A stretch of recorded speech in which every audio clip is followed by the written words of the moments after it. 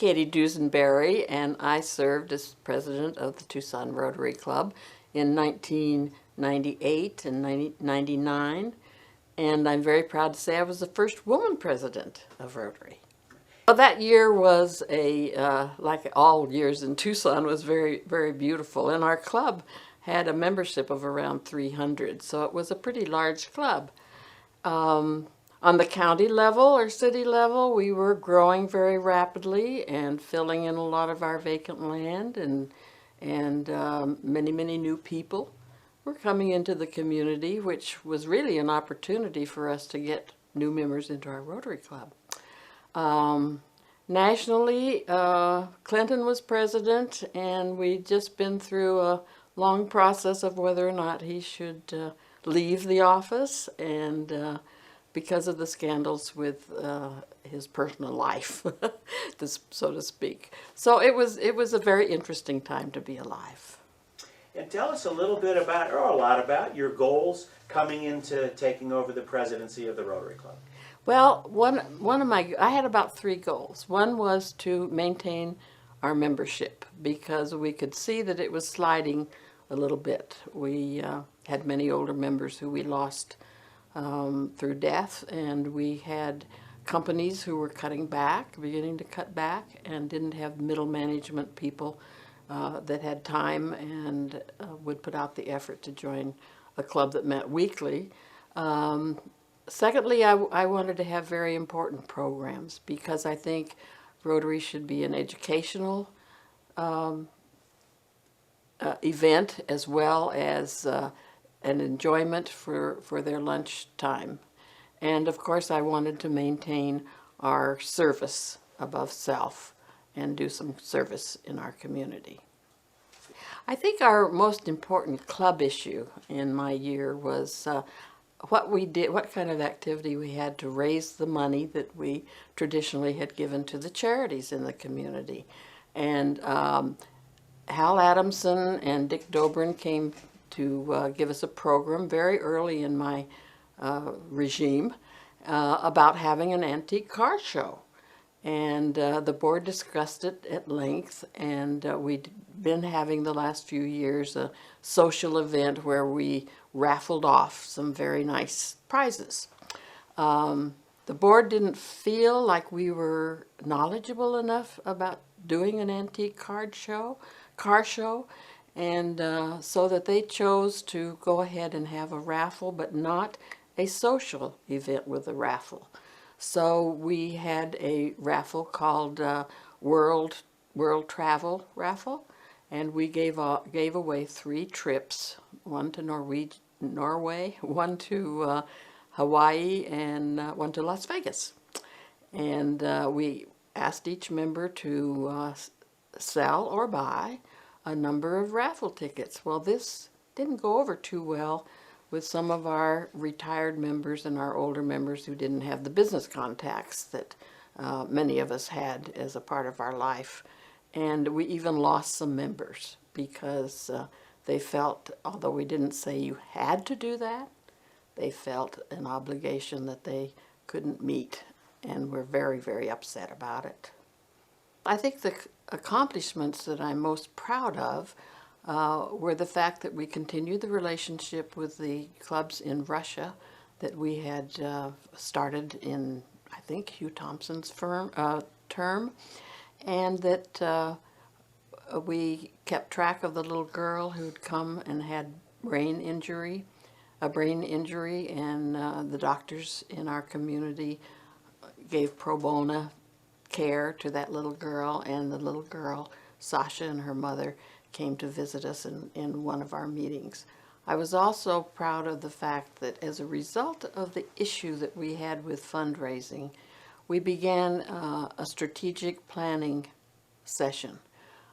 Several of the past presidents and the interested members worked with Andy Swanson, who has written 2 books on nonprofits developing strategic plans, and he helped us work very hard on going through the process of adopting a strategic plan, which led to us really getting away from the raising our money through a raffle and starting to do some more exciting things. If you can, tell me about the most memorable moment of your term. Oh, the most memorable moment of my term. That's a little hard to say.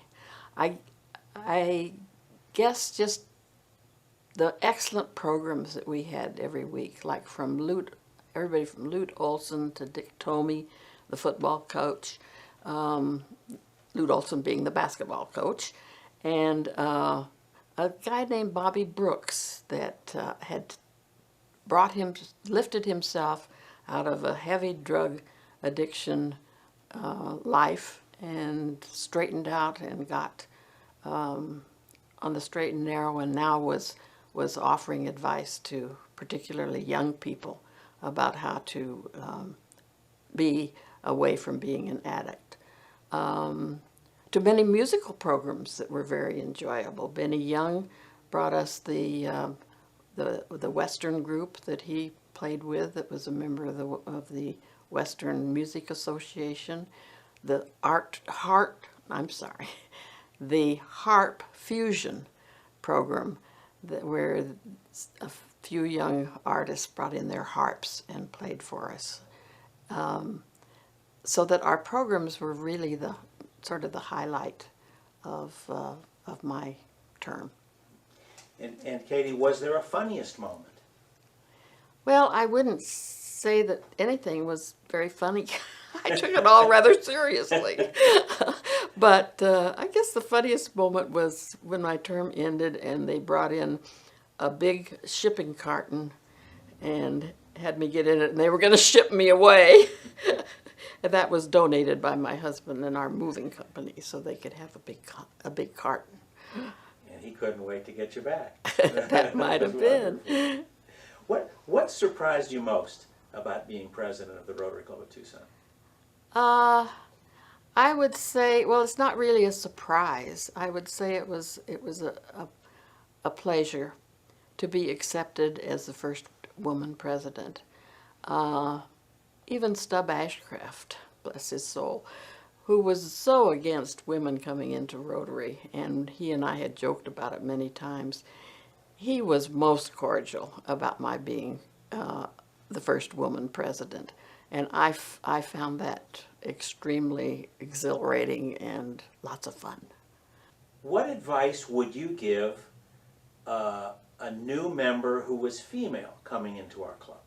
I think the advice I would give a female that was coming into the club would be to get involved early on.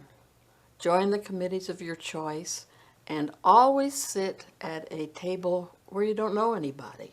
Don't sit with the same old people every week, because if you sit where you don't know anybody, you have an opportunity to find their interests, to find in the fall, to find out where they spent their summer, and how their business was going, whether it was being a success or whether they were having problems. And that way you learned more and more about the membership, and you could really enjoy the lunches more. We missed Helen Middleton very, very much. She had a stroke and was unable to be our secretary in the office, and she'd been the secretary for I don't know how many years, 30, 40 years, something like that. And her daughter, Patty Middleton, came in to run the office, and Patty tried really hard to keep up the tradition of what her mother had been able to do, but we did miss Helen a great deal. Finally, towards the end of my term, she came back in and would sit at the attendance table and welcome people, and that was a real blessing in our club. Talking about new things that happened during my year, we got email in the office, and that was a real high-tech thing at that particular time. We also went away from the DoubleTree on a couple of luncheons. We went to the community food bank, and had the mayor, George Miller, talk to us at that particular meeting. And we also went to the Pima Air Museum and saw the old warplanes and did tours of the museum. So we weren't always just stuck at the DoubleTree.